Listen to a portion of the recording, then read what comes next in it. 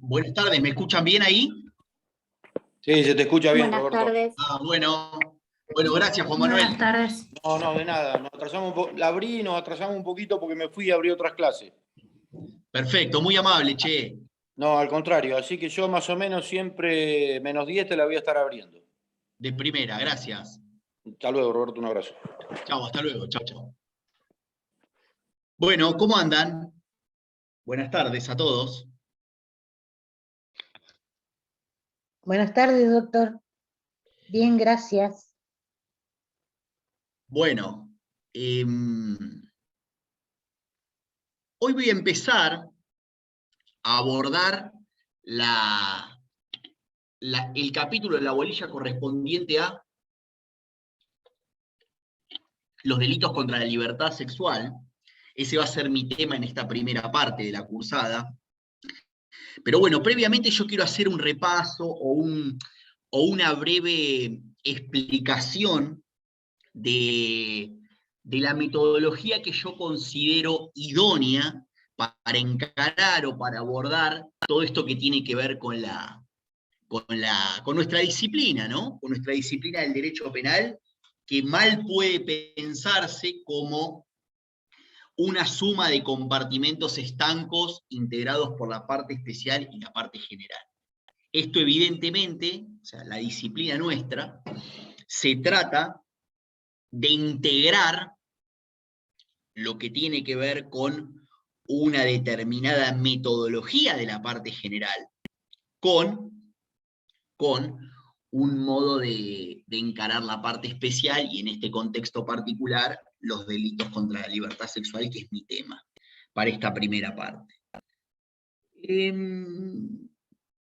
Yo tengo en algún punto una postura un tanto disruptiva, o sea, no es algo que se me haya ocurrido obviamente a mí, ¿no? Sino que es una postura de la que yo participo a partir de mi formación en derecho penal, que en definitiva viene a romper un poco con la estructura clásica tripartita de la teoría del delito como acción típica antijurídica culpable.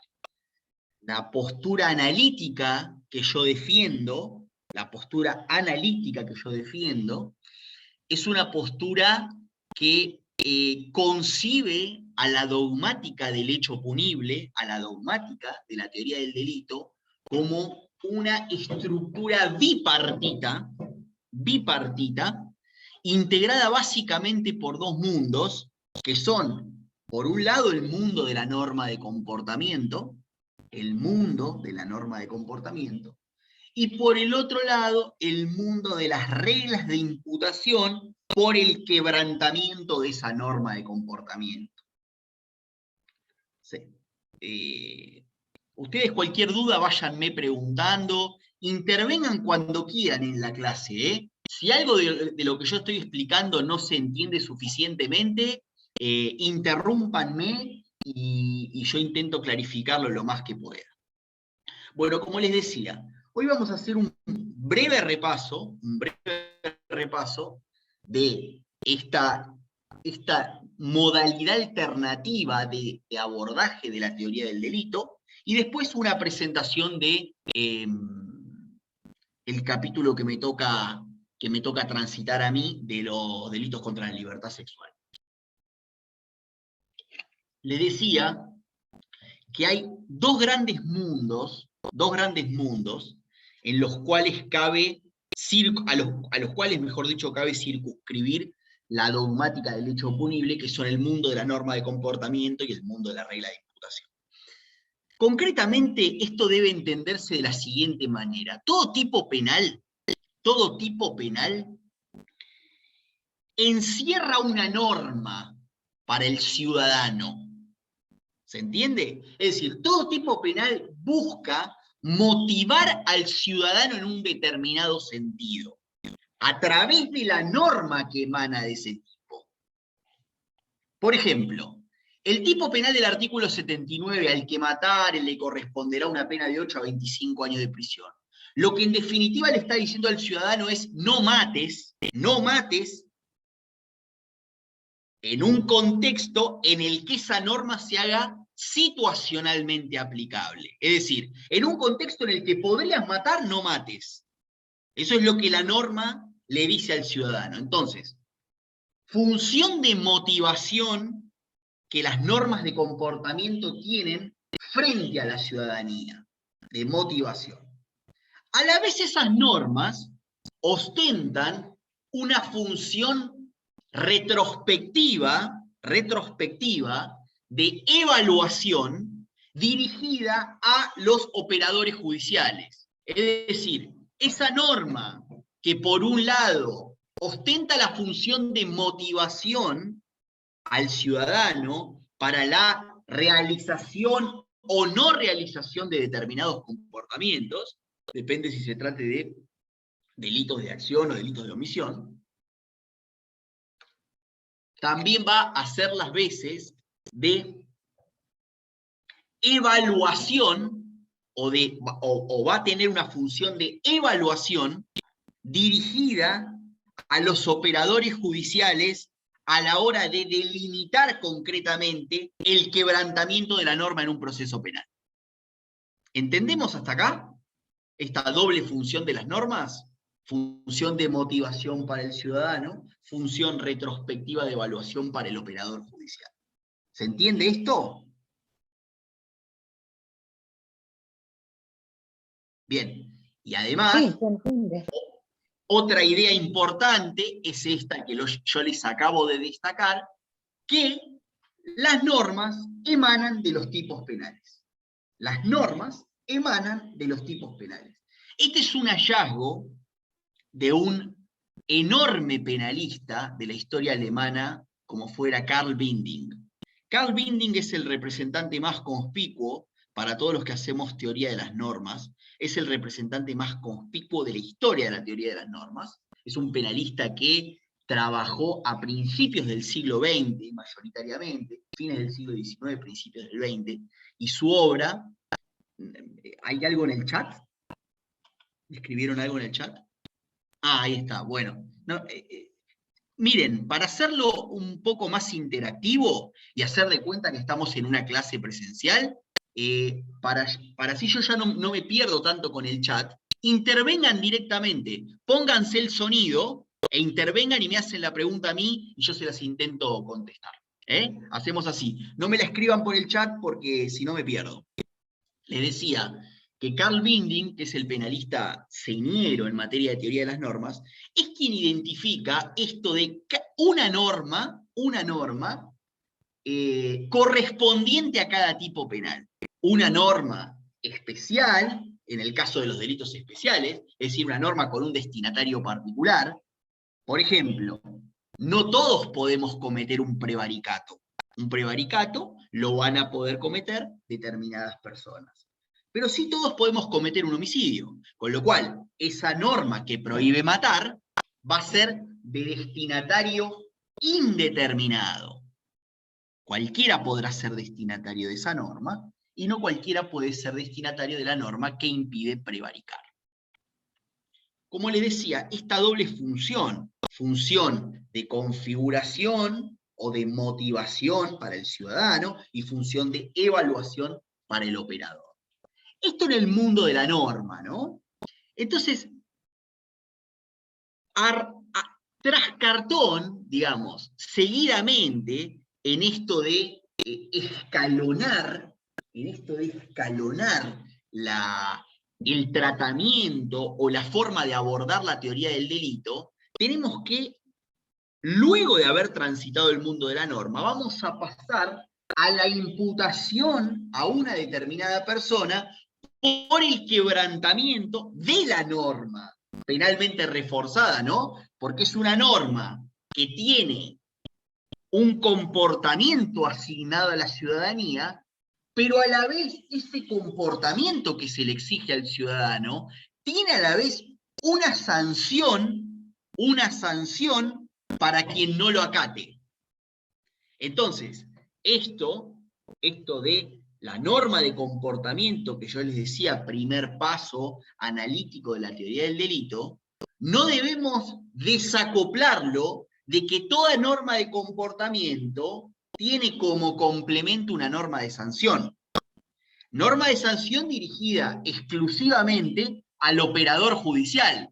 Esa sí no se dirige al ciudadano para motivarlo. La norma de sanción es una directriz exclusiva para el operador judicial, pero viene a reforzar la exigencia de la norma de comportamiento, ¿no? ¿Por qué? Porque si yo digo el artículo 79 del Código Penal prohíbe matar como norma de comportamiento, como les decía, en un contexto en el que situacionalmente esa norma sea aplicable, lo cierto es que al operador judicial le va a decir, al que mate, impóngale una pena de 8 a 25 años de prisión. Con lo cual, esa norma de sanción, en efecto, lo que viene a hacer es reforzar la validez de la norma de comportamiento. ¿Hasta ahí vamos? Les decía, seguimos en el análisis de las normas de comportamiento, cuando salimos de ese análisis, vamos a pasar al análisis de lo que tiene que ver con lo que se conoce como las reglas de imputación en el derecho penal. Las reglas de imputación en el derecho penal se dividen en dos grandes subgrupos, digamos, que son dos grandes subgrupos de capacidades. Es decir, por un lado, tenemos la capacidad de acción de la persona, en tanto capacidad de evitación, para englobar en un mismo subgrupo lo que tiene que ver con comportamientos activos y comportamientos omisivos. Capacidad de evitación del comportamiento antinormativo. A una persona, para hacerle imputado el quebrantamiento de una norma de comportamiento, debe tener capacidad de evitación de ese comportamiento antinormativo. En este primer subgrupo, se engloba también el dolo. ¿Qué es el dolo? A ver quién me puede ayudar. Así lo hacemos un poco más interactivo con ustedes. El dolo, si tengo intención de matar, y mato. Lo que pasa es que, a ver, ¿quién habló? No escuché bien, ¿eh? No sé quién habló, no consigo identificarlo. ¿Quién fue el que habló? Ah, Martín, ahí está, Martín. Habilitate el audio si querés. Ahí está. Bueno, Martín ahí hablaba, el compañero hablaba de la intención como una, en algún punto, característica que ostenta el dolo, pero la intención está más asociado a una clase de dolo, y no al concepto de dolo en sí, globalmente entendido. Es decir, la intención está asociada a lo que se conoce como el dolo directo para algunos en nuestra dogmática, o lo que la doctrina anglosajona conoce como el dolo de propósito. El dolo de propósito es una clase de dolo, pero hay otros tipos de dolo. El dolo eventual por caso no se ancla o no se basa en una intencionalidad, sino en otras cosas, ¿no? En la representación de que eso puede suceder. En la representación de que eso, claro, en la representación podría ser una posibilidad de encararlo. Ahora, yo con la representación... ¿El camino entre la culpa y el dolo? ¿Es el dolo eventual o no? El dolo eventual es el umbral mínimo del dolo. Podríamos ponerlo en esos términos. El dolo eventual es el umbral mínimo de dolo. La culpa consciente o culpa con representación, como se la conoce, es el umbral máximo de culpa. Pero el punto para mí es el siguiente en relación a la representación. ¿Cómo debe entenderse la representación?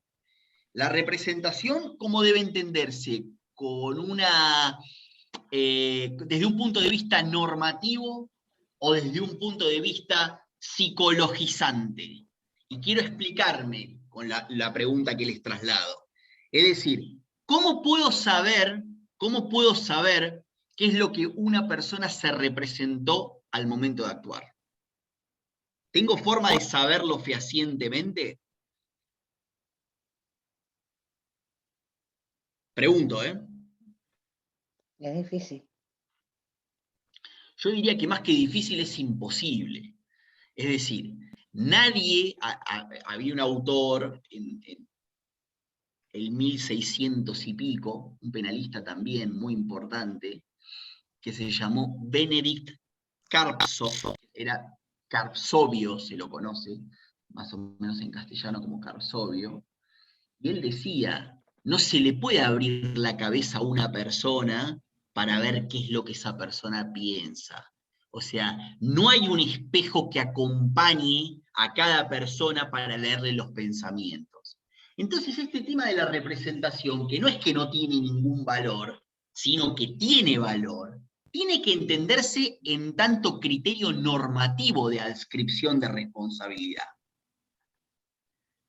Entonces, lo que se representó, difícilmente podamos conocerlo. Ahora, lo que debió haberse representado en un contexto determinado, está mucho más al alcance de nosotros. Claro. ¿No?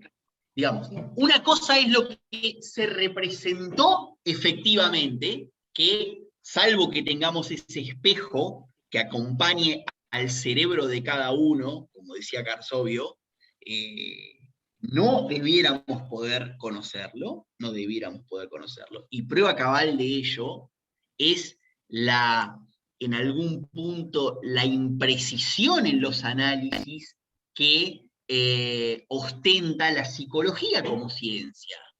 A ver, la realidad es que todo aquel que en algún momento estuvo en un juicio oral, o conoce, o escuchó, se va a dar cuenta y va a saber que es muy difícil que haya afirmaciones o negaciones irreductibles por parte de los profesionales de la psicología. Es muy difícil, si no imposible.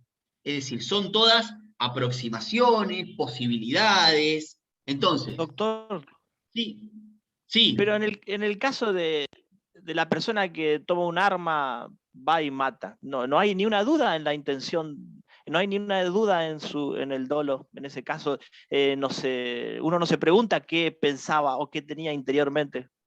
Claro. Tomó el arma y mató. Por supuesto, pero precisamente porque no es necesario preguntárselo. Porque lo que debía saber o debía conocer en el contexto de su actuación es lo que en definitiva termina adscribiéndole dolo a su conducta. Ahora, yo complejizo un poco más el razonamiento y digo, si en vez de dispararle con un revólver, le pegó con una botella en la cabeza y la persona terminó muriendo, ya el análisis es más complejo, porque ahí tranquilamente la persona podría decir, pero yo no lo quise matar, yo solamente lo quise lastimar, lo quise lesionar. Entonces ahí, cuando nosotros intentemos delimitar el potencial dolo o no de ese comportamiento homicida, ¿qué vamos a decir? ¿Y se representó o no se representó la muerte? ¿Cómo podemos saberlo? Si en definitiva nadie está en la cabeza de esa persona. Tenemos que acudir a determinados criterios objetivos que nos indiquen qué tipo de infracción normativa hay que adjudicarle a ese comportamiento. ¿Me siguen? Por eso el dolo es la imputación objetiva del resultado, ¿no? El dolo no es imputación objetiva, el dolo es imputación subjetiva. Ojo ahí, ¿eh? El dolo no es imputación objetiva. El dolo es una regla de imputación subjetiva. Por eso, yo con el tema de la imputación objetiva tengo bastantes reservas, partiendo justamente de lo, según mi criterio, impropio del nombre. El nombre imputación objetiva es para mí inapropiado a partir de que la imputación presupone la existencia de una persona. O sea, ustedes fíjense que la imputación objetiva, ¿cómo la entiende la mayoría de la doctrina? La entiende como un acotamiento de los márgenes del tipo objetivo, el modo en el que el tipo objetivo debe interpretarse. ¿Pero eso qué tiene de imputación? La imputación es a una persona. La imputación, es decir, mal puede hablarse de imputación en relación a un tipo objetivo, ¿no? Fíjense que la imputación objetiva en realidad para mí mezcla cuestiones de norma con cuestiones de imputación subjetiva.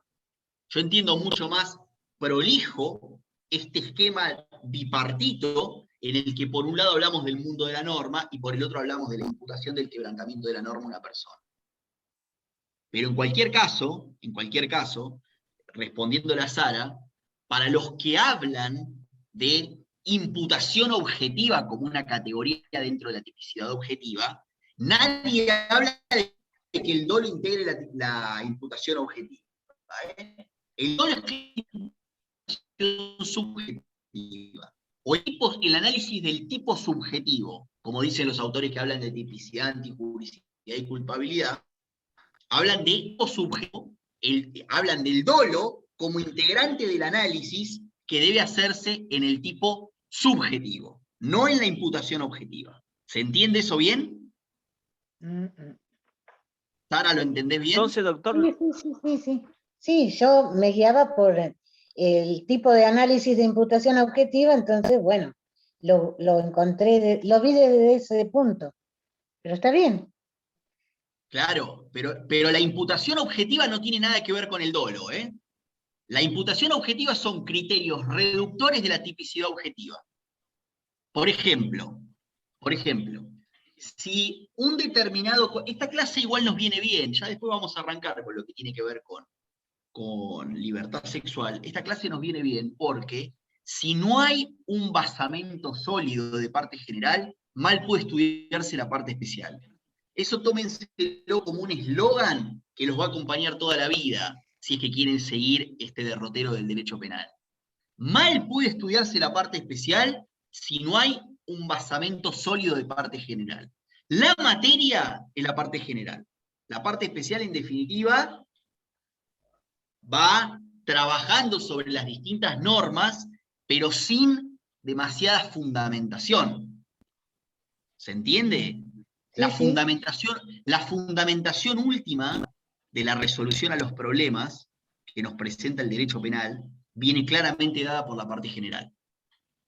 Entonces les decía, si se produce en determinada circunstancia la muerte de una persona, pero esa muerte puede serle imputable a la propia víctima,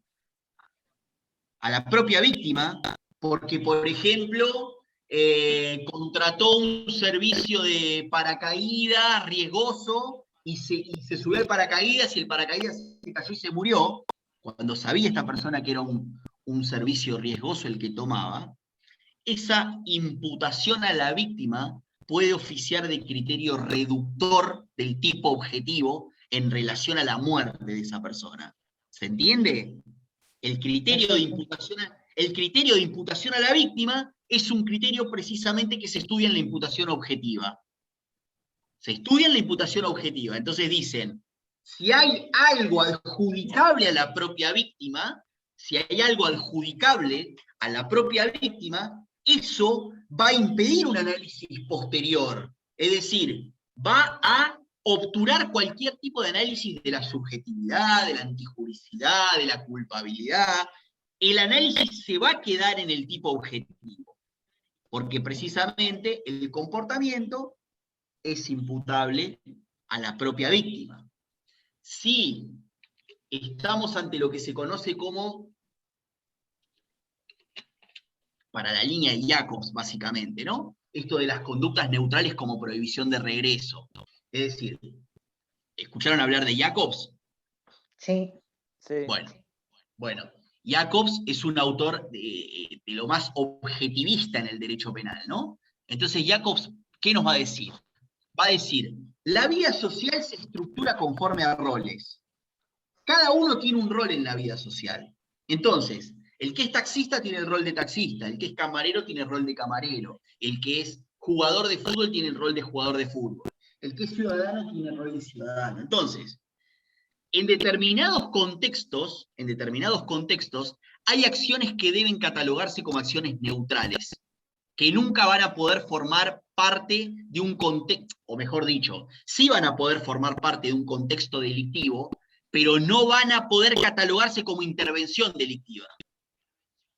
Si yo estoy en algún punto queriendo, no sé, ir a asaltar una casa, y me tomo un taxi en la parada de Colón Independencia y le digo al taximetrero, lléveme a la casa de tal dirección del barrio Los Pinares, porque la voy a robar, y el taxista me lleva, y yo la robo, Jacobs va a venirnos a decir que el rol del taxista es un rol neutral, que el comportamiento que el taxista efectuó lo puede efectuar cualquier otro taxista. Es un aporte banal, que por ende no sería considerado o pasible de ser considerado como una participación delictiva.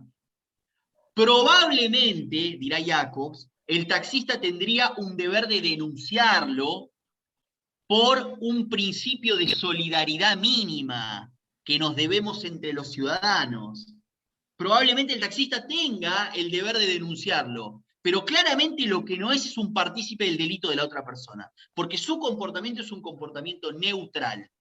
Ese análisis se hace también en la esfera, en la órbita de la imputación objetiva.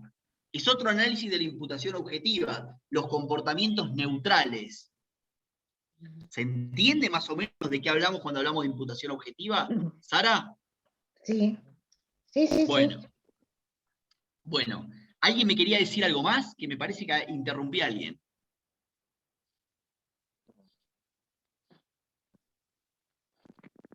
¿Venimos bien? Sí. Bueno. Yo les decía esto de que las reglas de imputación tienen dos grandes mundos, como son la capacidad de acción, les decía, el dolo incorporado dentro de la capacidad de acción, y la capacidad de motivación, ¿no? Donde hay dos grandes subgrupos también, que son las famosas causales de inculpabilidad y las causales de exculpación. Los errores de prohibición, el estado de necesidad exculpante, la minoridad, las alteraciones mentales, todo ingresa en el último grupo de la capacidad de motivación exigible. Y en la capacidad de acción del primer grupo, de las reglas de imputación, se incluye básicamente el dolo o lo que les voy a decir ahora, que también es importante, que son los criterios de imputación extraordinaria.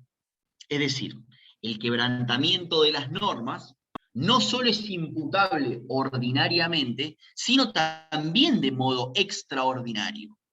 Criterio basal y rector para catalogar, o para, mejor dicho, identificar la imputación extraordinaria en el ámbito de la capacidad de acción, la imprudencia. La imprudencia. Estructura de las más importantes para identificar la imputación extraordinaria en el ámbito de la capacidad de motivación, la actio libera in causa.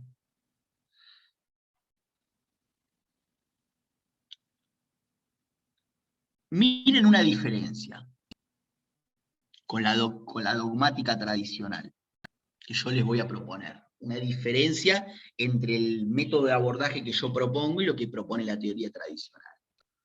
Si una persona se desmaya, el ejemplo es de King Heuser, un autor alemán, que yo sigo mucho. Si una persona se desmaya en una tienda de jarrones de porcelana caros, y como consecuencia de la caída derriba un jarrón de porcelana carísimo y lo rompe. ¿Qué podemos imputar ahí? Según la doctrina tradicional, para que ustedes que son alumnos de la parte especial y que ya dieron parte general, esto me lo podrían responder con lo que es la dogmática tradicional de la parte general, que es lo que seguramente les dieron cuando ustedes aprobaron parte general. ¿Qué les diría un profesor de parte general clásico frente a ese caso? A ver si alguno me lo puede contestar. Quedaría excluido el primer análisis de lo que vimos de la estructura del delito, en lo que es la acción. O sea, nosotros vimos delito como acción antijurídica típica y culpable. Quedaría excluido por... Típica, antijurídica y culpable. Entraría, digamos, en la causa de exclusión de la acción por un estado de inconsciencia. Eso es lo que vimos en Penal 1, digamos. Claro. Y yo te hago la siguiente pregunta, Abigail, a ver, como para hacer un contrapunto. ¿Qué pasa si este desmayo se produjo cuando la persona terminaba de almorzar y este señor o señora se desmaya todos los días cuando termina de almorzar? Y ese día, después de almorzar, fue a la tienda de jarrones caros, se desmayó y como consecuencia del desmayo derribó el jarrón. ¿Cómo habría que resolverse eso? No te escucho, ¿eh? No escucho nada. Me parece que tenés que habilitar el sonido. Ahí está. Perdón. Ahí está sería más complejo el análisis porque ella, digamos que sabía su posibilidad de desmayarse y sería una acción, esto es lo que vimos recién, no sé el nombre en latín, actio liberi causa. Claro, no, yo no diría que es un actio liberi causa, yo diría que es una acción imprudente. Y ahora voy a explicar por qué. Pero vos, fíjate cómo la doctrina tradicional, que habla de acción típica, antijurídica y culpable, no va a tener respuesta para este caso. Y va a decir, no hay acción. ¿Pero cómo? ¿Y si el defecto de imputación le es adjudicable a la persona? ¿Y si esa persona debía contar con ese desmayo y en definitiva no contó con él? ¿Qué queda? ¿Exonerada de responsabilidad o no? Yo diría que no, porque yo entiendo que en definitiva lo que hay en cada categoría de imputación, en cada grupo del que yo les hablé, capacidad de acción y capacidad de motivación, hay un criterio de imputación extraordinaria. La imprudencia es la imputación extraordinaria a la capacidad de acción. Entonces, ¿qué es en definitiva la imputación extraordinaria, para que ustedes lo entiendan? Es la imputación a la persona del propio defecto de imputación. ¿Se entiende? Aunque parezca un trabalenguas. Es la imputación a la persona infractora del propio defecto de imputación. La capacidad de evitación de una persona que se desmaya es nula. Ahora, puede haber una capacidad de evitación anterior al desmayo que ella desoyó, que ella no tuvo en vista cuando debía tenerla. ¿Se entiende esto? Fíjense cómo en este ejemplo podemos ver que la dogmática tradicional hace agua al resolver este caso, porque si el defecto de imputación es adjudicable a la propia persona, mal puede el análisis quedarse en una primera categoría genérica de acción cuando lo que hay es una imputación extraordinaria del propio defecto de responsabilidad. Cuando vos debés contar con las consecuencias de tu acto, que en definitiva no es el acto que genera el comportamiento antinormativo, sino un acto inmediatamente anterior que puede conducirte al comportamiento antinormativo posterior. Fíjense esto. Pero también sería imprudente. ¿Cómo? También podría ser imprudente. También podría ser imprudente, ¿qué puntualmente? No te entiendo bien. No importa, yo lo tomaba como también un delito imprudente. Sí, sí, es que claramente un delito imprudente, ¿eh? Claramente es un delito imprudente para mí. Para mí, el derribo del jarrón es un... A ver, si existiera el daño imprudente, si existiera el daño imprudente, es un daño imprudente. A ver, es un delito imprudente, no importa la calificación legal. El delito es... A mí lo que me importa es que entiendan la cuestión de la imputación extraordinaria. Eso es lo que a mí me importa. La responsabilidad de la persona por el propio defecto en su responsabilidad. Cuando alguien comete un homicidio imprudente con un vehículo automotor, manejando un vehículo automotor, lo cierto es que en el momento en el que comete el homicidio, en tanto conducta antinormativa, no tiene capacidad de evitación, porque si no sería doloso. Si tuviera en ese preciso momento una capacidad de evitación a la hora de atropellar a alguien, el homicidio no sería imprudente, sino que sería doloso. Pero sí, la velocidad máxima en una arteria es de 40 kilómetros por hora y la persona viene a 80, y en el contexto en el que se le cruza otra no puede evitar colisionar con esa persona y darle muerte, ahí nosotros podemos ver claramente que en ese momento vos sos un instrumento de vos mismo, porque no tenés capacidad de evitación. Pero en la conducta inmediatamente anterior, sí eras soberano, que era el respeto a la velocidad máxima. Cuando vos no respetaste la velocidad máxima, y como consecuencia de ese irrespeto de la velocidad máxima, atropellaste a una persona y no pudiéndolo evitar, evidentemente la responsabilidad se va a construir a partir de la imputación extraordinaria de ese comportamiento antinormativo, para distinguirlo de un comportamiento cometido, un comportamiento imputable ordinariamente a la persona, como puede ser este que yo les digo, de que quiero matar a una persona, agarro un revólver, le pego 3 tiros y la mato.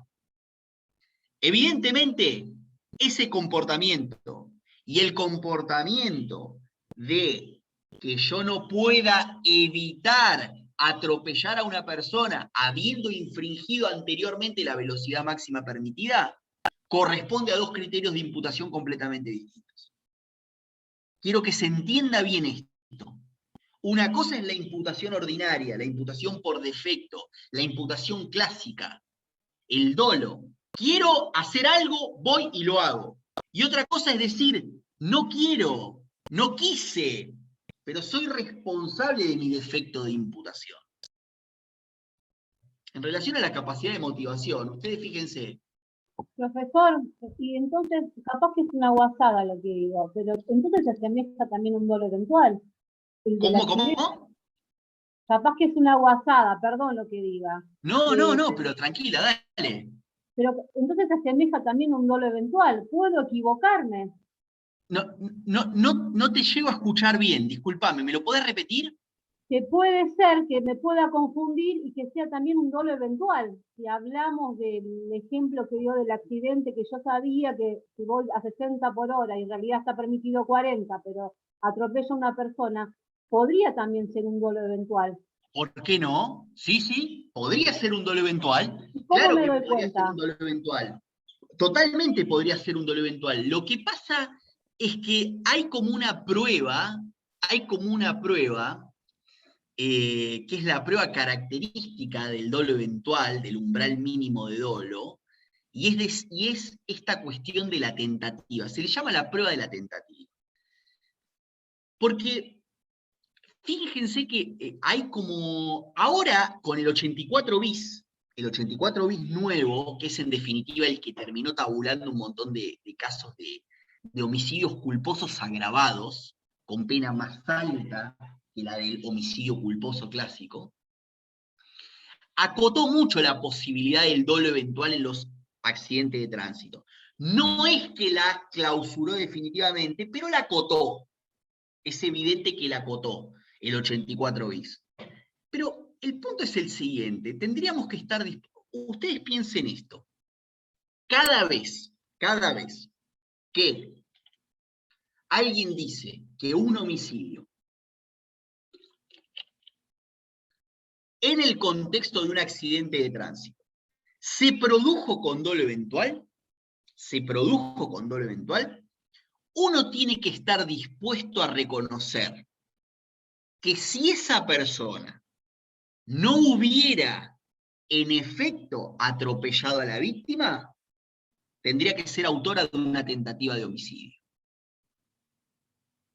¿Se entiende esto? Es decir, si pasó y no la atropelló, esa persona que conducía el vehículo es autora de una tentativa de homicidio. Y eso a veces, cuando somos laxos a la hora de interpretar el dolo eventual, es lo que en definitiva nos termina haciendo ruido. Uno, cuando ensalza en demasía el resultado, cuando ves el resultado decís, no, es doloso, bueno, pero siempre tenés que valorar esa conducta como si no hubiera producido el resultado. Y ver si la conducta en sí puede ser pasible de ser catalogada o calificada como un homicidio en tentativa, que tiene una pena muy gravosa. ¿Se entiende? ¿Se entiende lo que digo? Doctor, ¿eso sería la supresión mental hipotética? ¿Lo que usted está diciendo?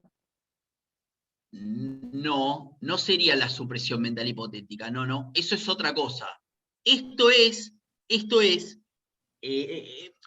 Eso tiene, lo que usted está diciendo, lo que vos está diciendo, Sara, tiene que ver con el trabajo con hipótesis y razonamientos que, en relación a los cuales yo no soy muy adepto en el derecho penal, que es el trabajo con los cursos causales hipotéticos y las hipótesis.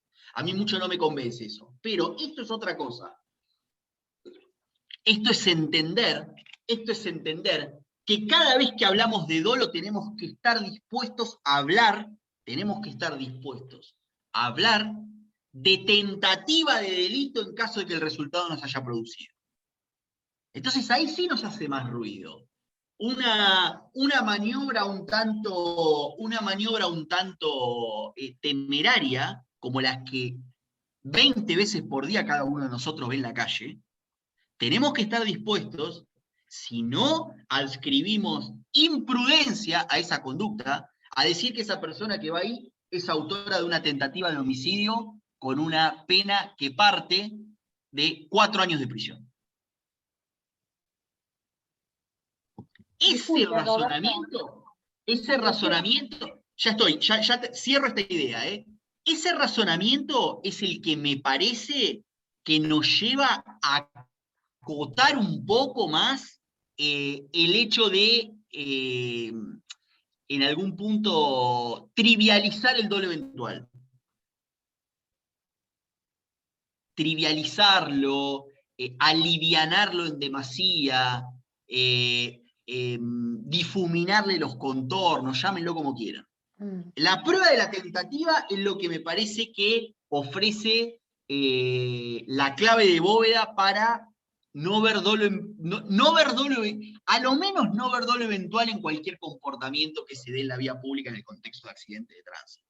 Sí, no sé quién me hablaba. Sí, yo. Le pregunto, ¿usted es juez o es abogado? Yo soy juez.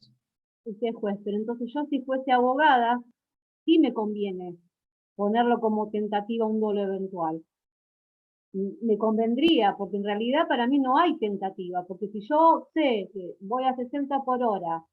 No, pero, discúlpame, Luciane es tu nombre, ¿no? Sí. No, Luciane, yo no digo que haya tentativa. Yo digo que la prueba de la tentativa es una prueba mental. Esa sí es una prueba. ¿Me entendí? ¿Eso me lo entendiste bien? No te escucho.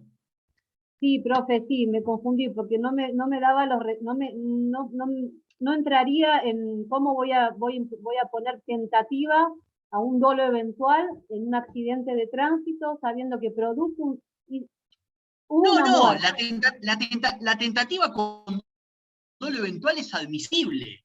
Lo que pasa es que la tentativa de homicidio parte de un mínimo de 4 años de prisión. Entonces nosotros, si trivializamos el dolo eventual, tendríamos que estar dispuestos a decir que las 20 infracciones o 30 que todos nosotros vemos en la calle todos los días son autores de homicidios con dolo eventual, en tentativa. No consumados porque los resultados no se producen, pero en tentativa. Eso me parece que complejiza más el análisis y vigoriza la posibilidad de, por lo menos con este 84 bis, que tiene una pena máxima de 6 años de prisión, si mal no recuerdo, lo voy a chequear ahora. Sí.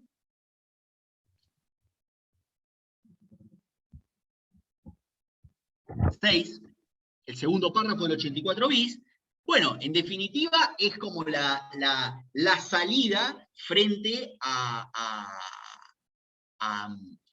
los homicidios culposos con un mayor gravamen, ¿no? Porque van a tener una pena más alta que los culposos clásicos.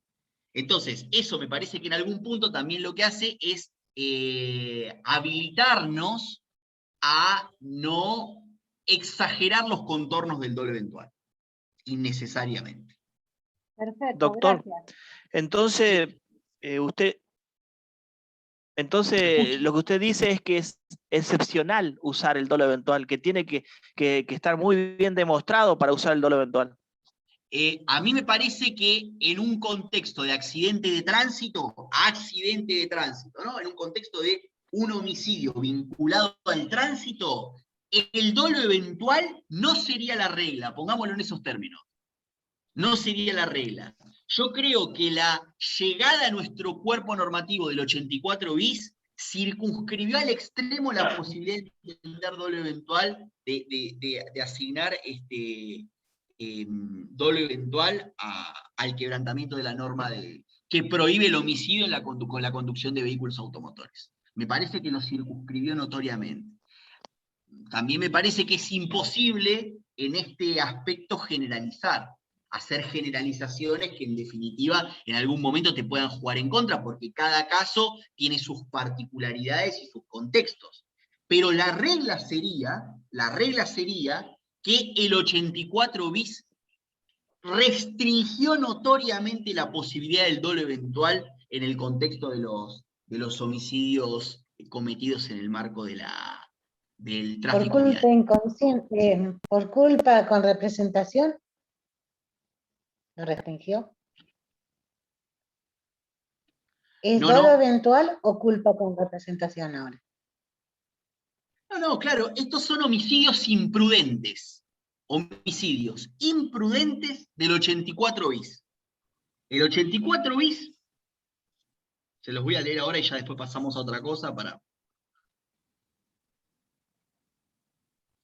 Fíjense, primer párrafo, dice, será reprimido con prisión de 2 a 5 años o inhabilitación especial de 5 a 10 años el que por la conducción imprudente, negligente o antirreglamentaria de un vehículo con motor causare a otro la muerte.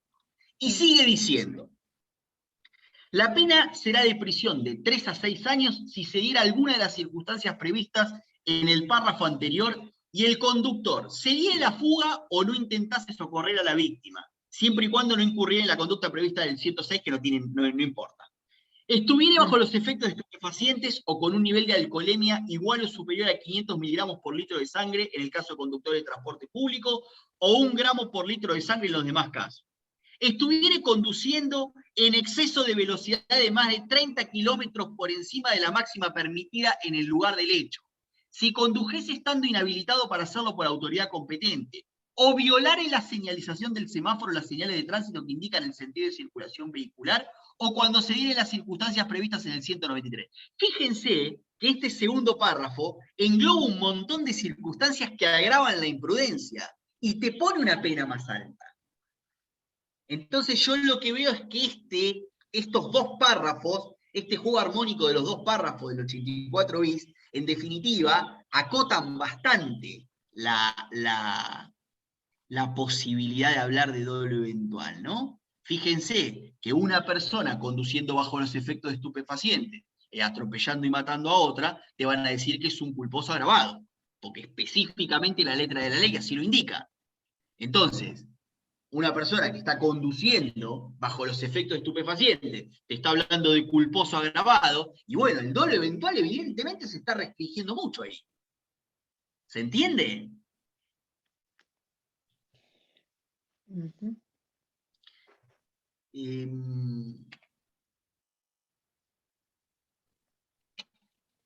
Yo escribí un artículo sobre este tema. Si a alguno le interesa, lo puede consultar. Está en la página de Pensamiento Penal. Yo los artículos que publico en alguna revista jurídica, después me los publica siempre Pensamiento Penal, que es una revista gratuita. Pensamiento Penal es gratuito y hay acceso libre, así que si a alguno le interesa un artículo mío sobre el 84 bis, yo tengo ahí analizadas todas las agravantes que el artículo propone.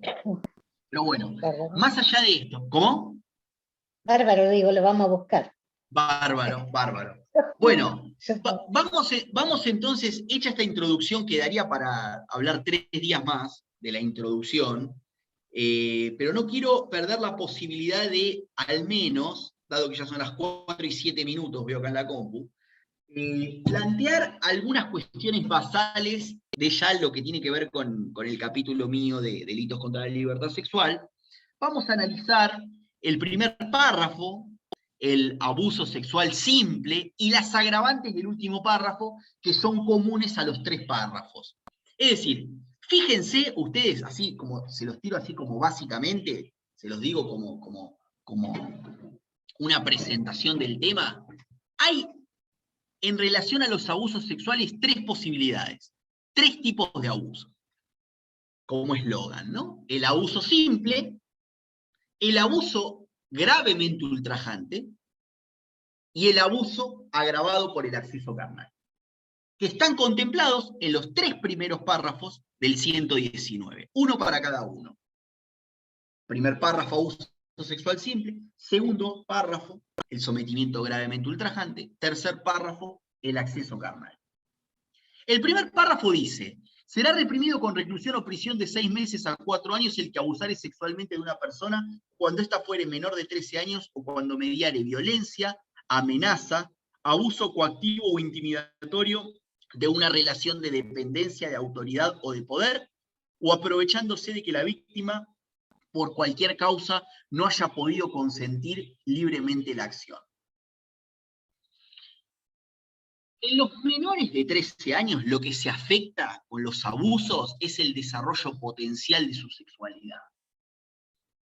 Todo abuso sexual representa o supone una, según Bompadre, una agresión sexual violenta, y acá hay una duda que se genera en la doctrina, que yo tengo una postura tomada, por ejemplo, contraria a la de Bompadre, que es esto de el contacto corporal directo entre autor y víctima. Bompadre y muchos otros dicen que para que se configure el tipo penal del abuso sexual tiene que haber un contacto corporal con partes sexuales entre autor y víctima.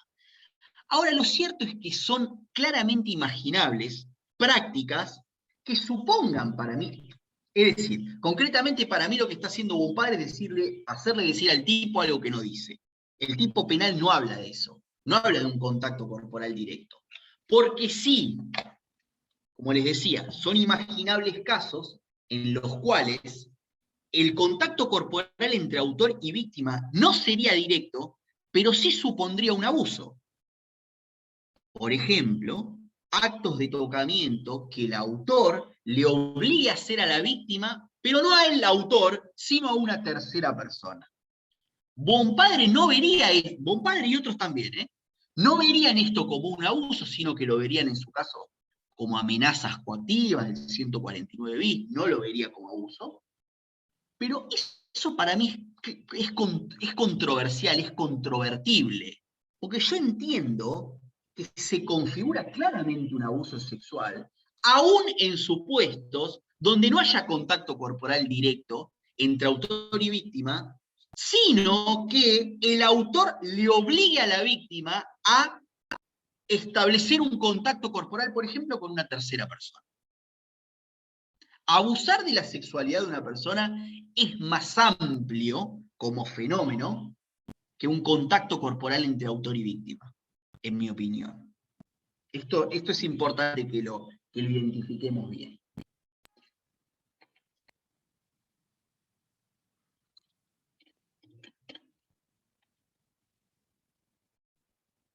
Hay 2 posturas en relación a los abusos sexuales, hay dos posturas que son en algún punto que se bifurcan ya de entrada, que son lo que se conoce como el subjetivismo y el objetivismo.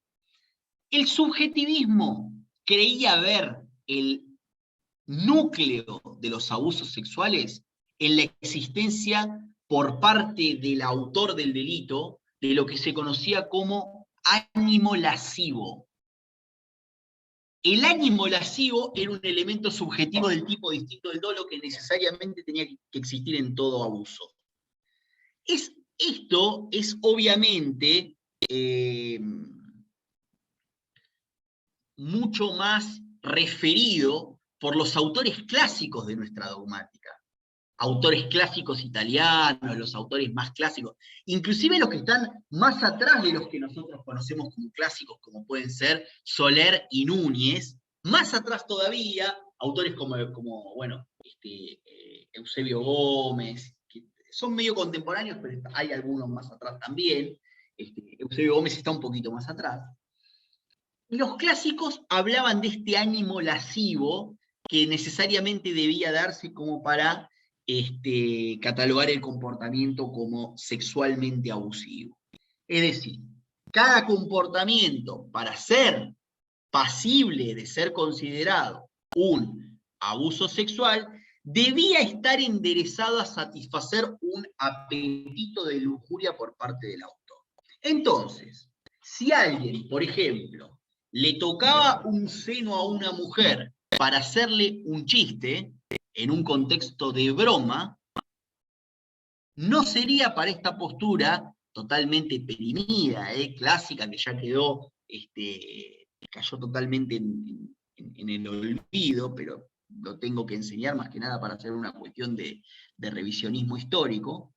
No sería un abuso porque la finalidad que el autor tuvo en miras a la hora de realizar la conducta no fue satisfacer un apetito de lujuria, sino hacer una broma. Esta postura se revierte por el objetivismo, que entiende las cuestiones de modo diametralmente opuesto. O sea, el objetivismo lo que va a venir a decir es: todo comportamiento objetivamente impúdico es pasible de ser considerado sexualmente abusivo. Entonces, no importa cuál fue la finalidad que la gente tuvo al realizar el comportamiento, si fue vejarla, satisfacer un apetito lujurioso, hacer una broma, pero cuando el comportamiento afecta partes sexuales de la víctima, el comportamiento debe considerarse un abuso sexual. Entonces es importante también que identifiquen estas dos posturas. El subjetivismo como una postura ya abandonada, primigenia, que caló hondo en los doctrinarios clásicos de nuestro país y en la escuela clásica italiana, y después como eso va dándole paso a algo que ya es absolutamente mayoritario, como es la postura objetivista. Tengan en cuenta esto.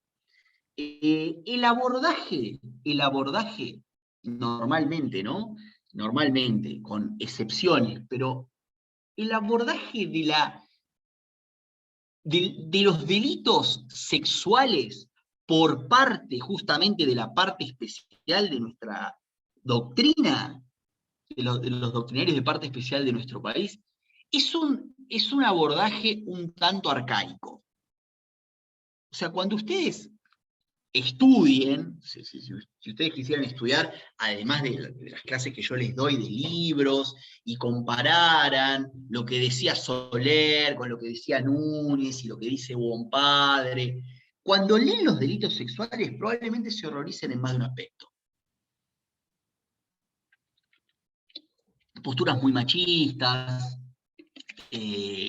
como propias de épocas pasadas, pero que se siguen a veces repitiendo como mantras, perdiendo de vista justamente que la sociedad experimentó en estos últimos 20 años un cambio tan notorio que hace que pareciera que en vez de estar leyendo cosas de 1970, estamos leyendo cosas de 1880. Pareciera eso. Y como les digo, cosas que se siguen repitiendo a veces como mantras, no dándonos cuenta del cambio social que se experimentó tan notorio. Pero bueno, esa es una nota al margen, una nota de color. Cualquiera que pueda confrontar diversas obras, tratados de parte especial en materia de delitos sexuales se va a dar cuenta y va a poder comprobar de motu propio lo que yo les estoy diciendo. Yo les decía esto, ¿no? Acá también voy a presentar un nuevo contrapunto con Bompadre. Acá fíjense cuando el artículo en este primer párrafo habla de menor de 13 años de edad. Menor de 13 años de edad o mediar violencia, amenaza, abuso coactivo.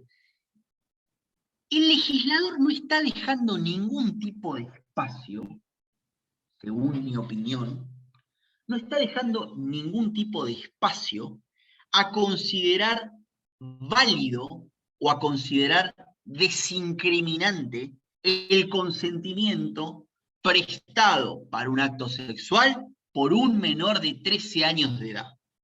En esto yo quiero ser irreductible, a mí me parece que en esto no se admiten segundas interpretaciones.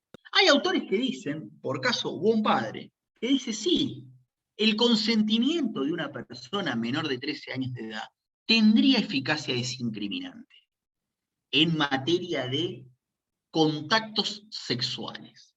Y a mí me parece que el legislador en este punto no deja margen de maniobra para una opinión de esas características, porque justamente considera a una persona menor de 13 años de edad como inhabilitada para disponer de su sexualidad. Inhabilitada para disponer de su sexualidad. La única discusión que esto podría presentar es frente a la propia minoridad imputable, ¿no? Porque, digamos, como ustedes bien sabrán, que nuestro sistema tiene es un sistema de imputabilidad relativa, donde los menores de 16 a 18 años son imputables relativos para la ley penal, ¿no? Entonces, podría generarse algún tipo de duda en algún vínculo entre un chico o una chica menor de 13 años y una persona, por ejemplo, de 16, que es el umbral mínimo para la imputación en nuestro derecho, ¿no? Entonces, uno podría llegar a pensar, bueno, 16 y 12, la incriminación podría ser injusta, ver la cuestión del consentimiento, pero solo en ese caso. Ya después, cuando estamos hablando de alguien plenamente imputable para la ley penal y un menor de 13 años, yo entiendo que la postura del legislador es irreductible. Es decir, el consentimiento para disponer de su esfera sexual por parte de un menor de 13 años es inválido y no ostenta ningún tipo de eficacia desincriminante. ¿Se entiende esto? Alguien que me diga que sí, por favor, aunque sea con la cabeza. Sí, profe, muy claro. O sea, con o sin consentimiento, igualmente se considera una conducta delictiva para el legislador penal. Exactamente. El consentimiento prestado por un menor de 13 años de edad no ostenta en ningún caso para el legislador eficacia desincriminante. No ostenta valor desincriminante. Es un consentimiento inválido. El legislador lo reputa inhábil o incapaz de disponer de su esfera sexual. Esa sería la fundamentación.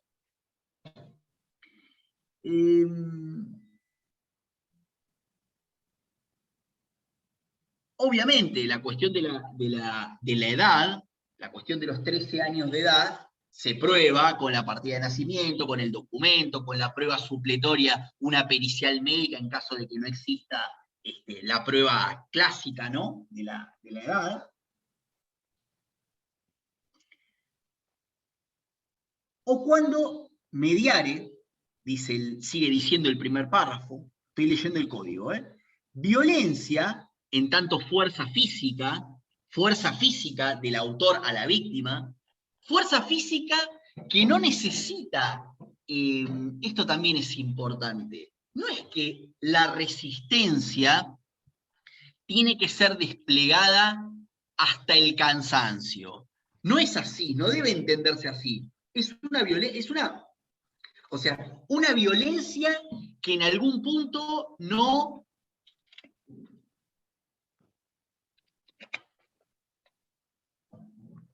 Una vez que fue ejercida,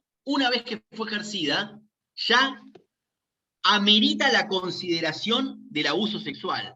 Es decir, no necesita durar una determinada cantidad de tiempo, la víctima no tiene que presentar una reacción determinada. La violencia es abuso.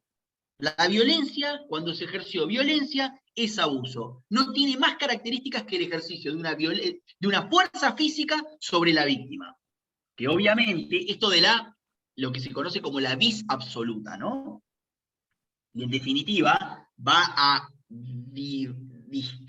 diferenciarse de la amenaza entendida como vis compulsiva, que es esto de la intimidación, el anuncio de un mal grave, serio, futuro, dependiente de la voluntad del autor, como amenaza. Este último agregado, que les voy a leer ahora, del abuso coactivo o intimidatorio de una relación de dependencia, de autoridad o de poder, que es un agregado de la ley 25087, que creo que fue del año 99 o 2000, ya bastante viejo, pero bueno, es de las últimas reformas de este primer párrafo. Abuso coactivo o intimidatorio de una relación de dependencia, de autoridad o de poder, está haciendo en definitiva referencia a una situación de superioridad de la que el sujeto activo se prevale frente al sujeto pasivo y que en definitiva torna el consentimiento del sujeto pasivo como un consentimiento viciado. Y en el fin de ese párrafo se habla de, o aprovechándose de que la víctima por cualquier causa no haya podido consentir libremente la acción. Es decir, está hablando concretamente en este fin de párrafo del aprovechamiento de la vulnerabilidad de la víctima, ¿no? Cuando la víctima, por ejemplo, está privada de razón, en el sentido de que ostenta una enfermedad mental que le impide consentir un acto sexual, privada de sentido, como puede ser no una enfermedad mental, sino sonambulismo, una ebriedad en su grado máximo, víctima privada de razón, víctima privada de sentido, son todos casos que en definitiva dan cuenta de la imposibilidad de consentir por parte de la víctima un acto sexual, o un acto con contenido o con naturaleza sexual.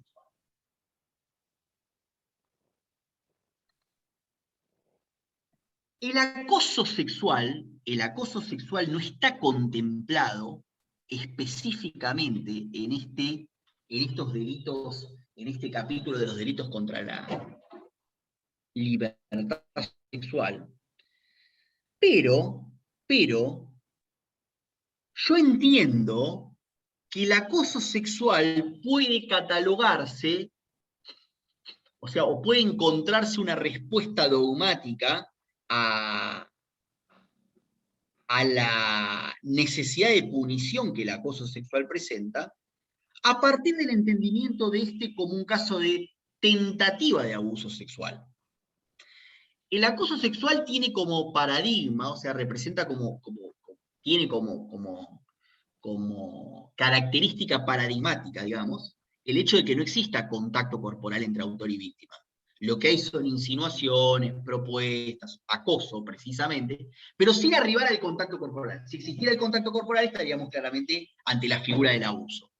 Pero la pregunta que yo me hago es esta: ¿por qué no podría entenderse el acoso sexual como un caso de tentativa de abuso sexual? Yo encuentro ahí la respuesta a la punición, a la necesidad de punición del acoso sexual. ¿Qué les parece a ustedes? ¿Podría ser? ¿No?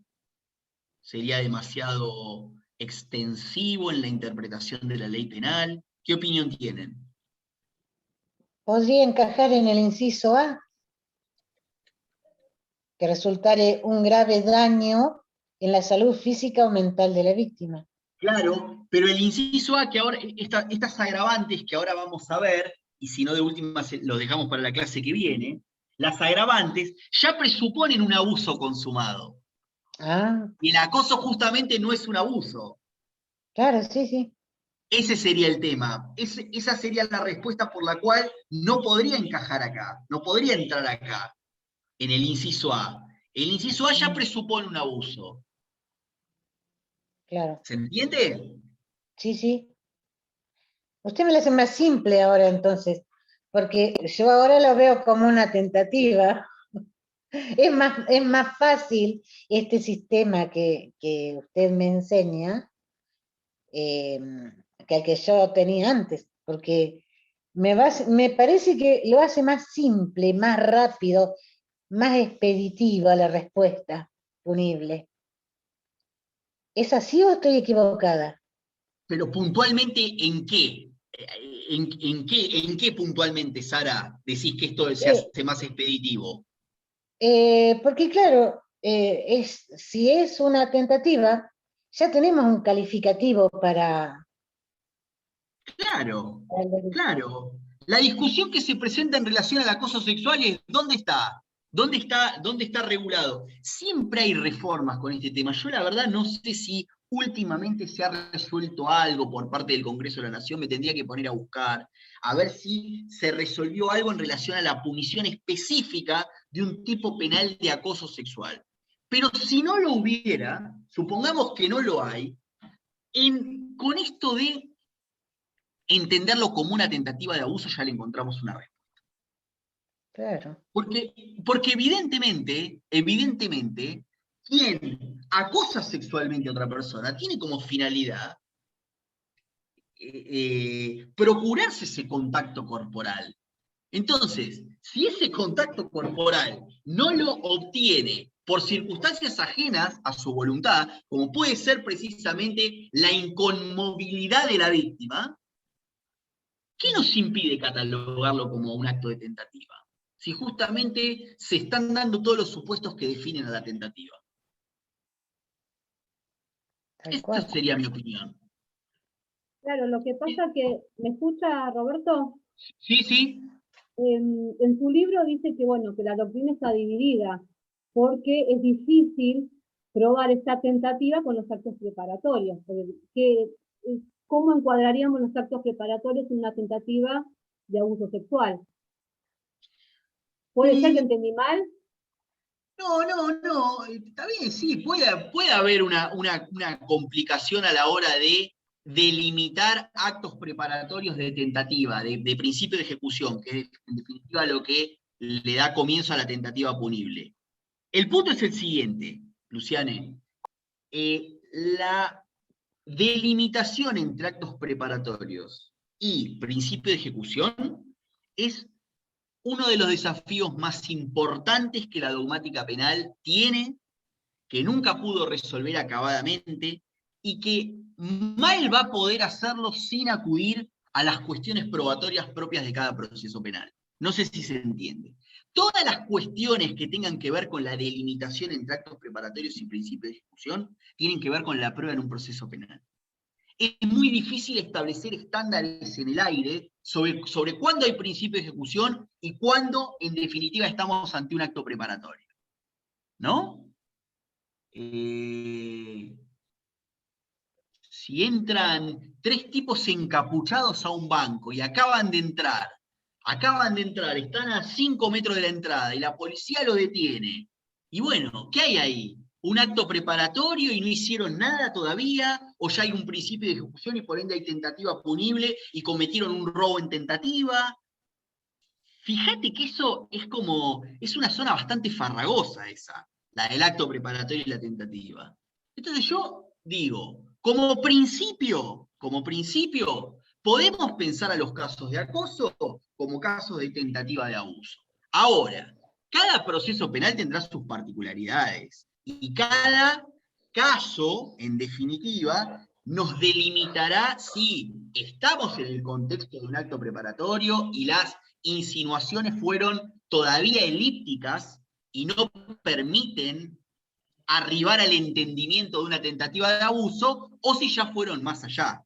Me parece que acá es muy difícil trazar límites claros, pero sí por ahí podemos establecer un principio de que está la posibilidad de entenderlo de este modo, y después entender que caso a caso veremos particularidades diferentes, ¿no? ¿Qué te parece? Me parece bien, un poco complicado, es verdad. ¿Complicado? Sí, lo veo como complicado para la víctima. Complicado para Al la víctima. contrario, Sí, lo veo al como... ¿Qué? solo lo veo al contrario, porque si acosó es porque tiene la intención, si no, no lo hubiera hecho. Entonces es una tentativa, tiene razón. Claro, pero el acoso lo podemos poner también como un acto preparatorio y no sería punible, porque tampoco no hay un delito, no hay una tentativa ni está consumado el acoso. Porque como, no sé Claro, si claro, me claro, explico. pero lo que pasa es que esa distinción, yo lo que quiero dejar claro es eso. Esa distinción entre acto preparatorio y principio de ejecución es todo menos clara. No vamos a encontrar respuestas inconmovibles a eso. O sea, si tenés la expectativa, si descubrís el límite preciso entre el acto preparatorio y el principio de ejecución, y bueno, si escribís un libro de eso bueno, te vas a llenar de oro. Porque no están los criterios rectores que permiten discriminar bien eso, desatendiendo de la prueba en el caso concreto. Y cuando vos involucrás a la hora de entender la dogmática penal a la prueba, ya estás haciendo la dogmática bastante inestable, porque estás diciendo, bueno, no estás pisando tierra firme, sino que estás diciendo, bueno, para decir si hay un acto preparatorio o un principio de ejecución, tengo que acudir a la prueba. Bueno, ya estás hablando como de un terreno movedizo, pero me parece que no hay otra salida, ¿eh? Me parece que no hay otra salida. Al menos lo que mi modesto conocimiento me indica es que no hay otra salida.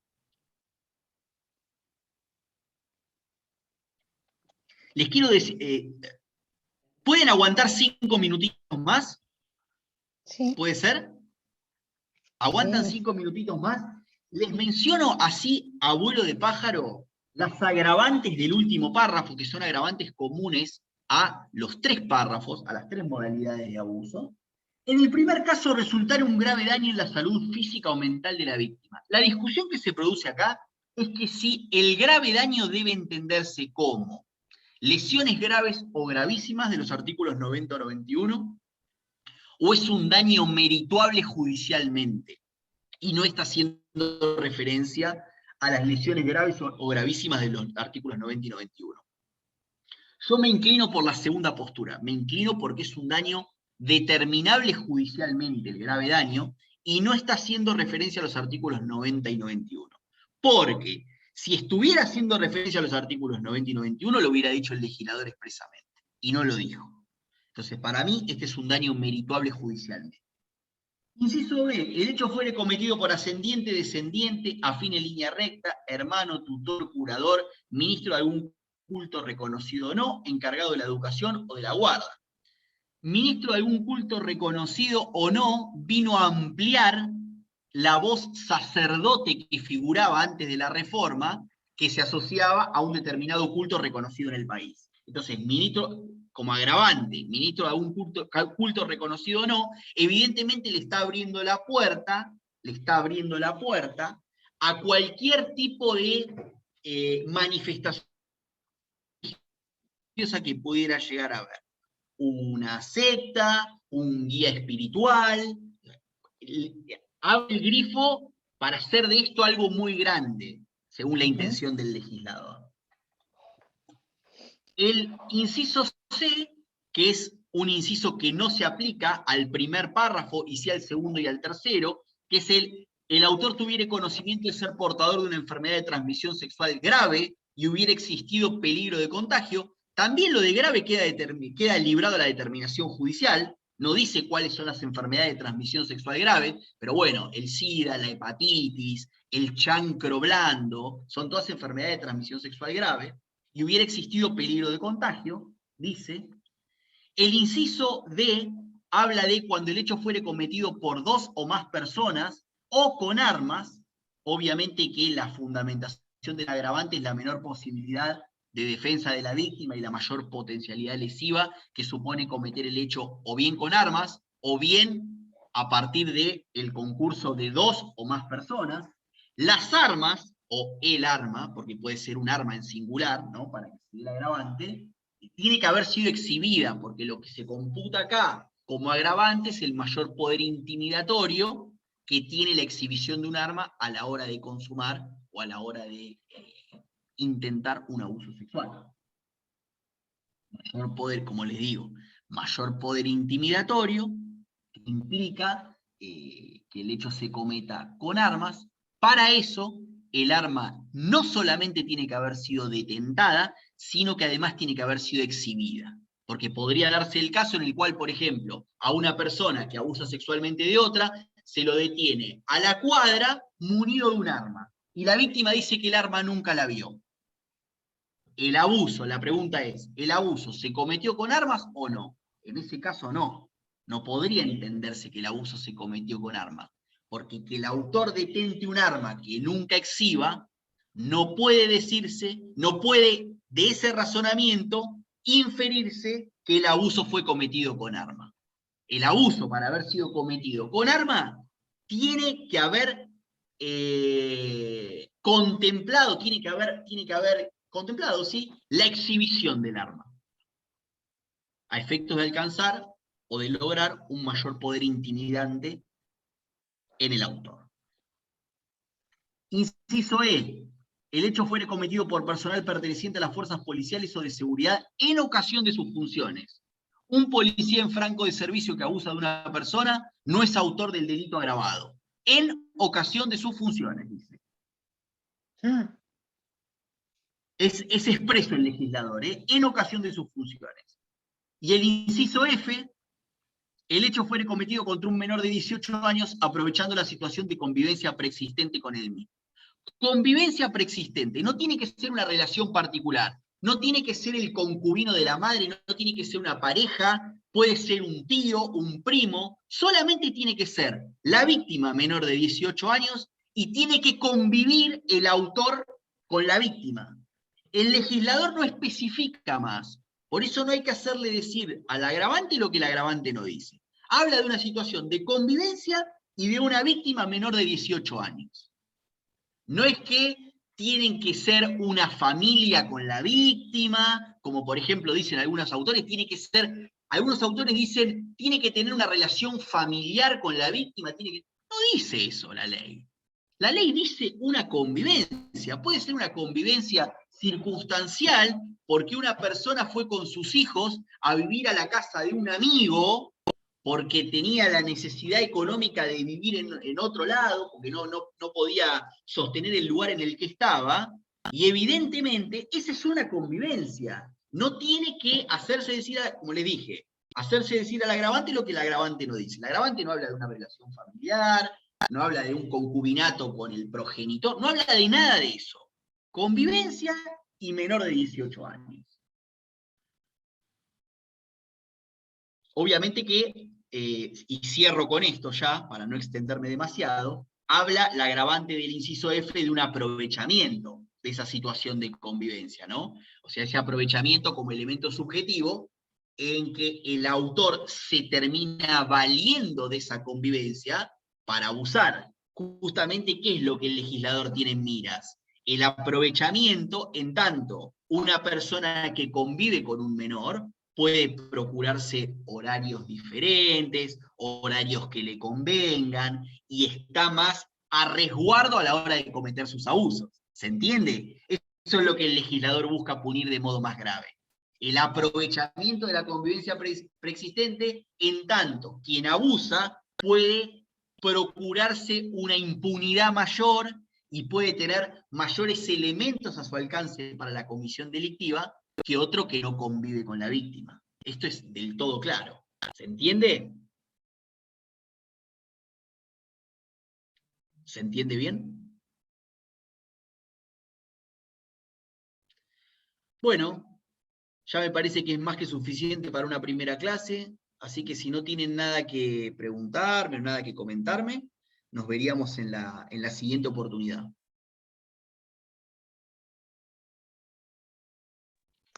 Doctor, una pregunta. Sí, ¿No hay un cronograma de los temas que se van a dar en clase? Porque hoy no sabíamos qué tema íbamos a dar. Recién hoy habilitaron también el campus, la página del campus. mirá, Martín, yo voy a dar, para que sepan los míos, yo voy a dar delitos contra la libertad sexual. Todos estos delitos del capítulo de libertad sexual, integridad sexual, que se llama nuestro Código Penal, pero tiene algunas complejidades esa definición. Yo voy a dar eso. Así que cada vez que tengan clases conmigo, que seguramente nos veamos en 15 días, si quieren venir con el tema leído a la clase, lean la sucesión de artículos y de comentarios de los artículos 119, 120, 124, 125, 125 bis. Eso es lo que van a ver conmigo. De los demás, la verdad que no les puedo decir aún porque no lo sé. Pero conmigo ya les despejé la duda. Bueno, gracias. No, por favor. ¿Nada más? Bueno, les mando un saludo grande a todos y a todas y nos vemos en 15 días aproximadamente. Gracias. Que les Muchas vaya muy bien. gracias. Hasta luego. Gracias, doctor. Hasta luego. Chao, Buenas profe. tardes. Chao. Buenas tardes.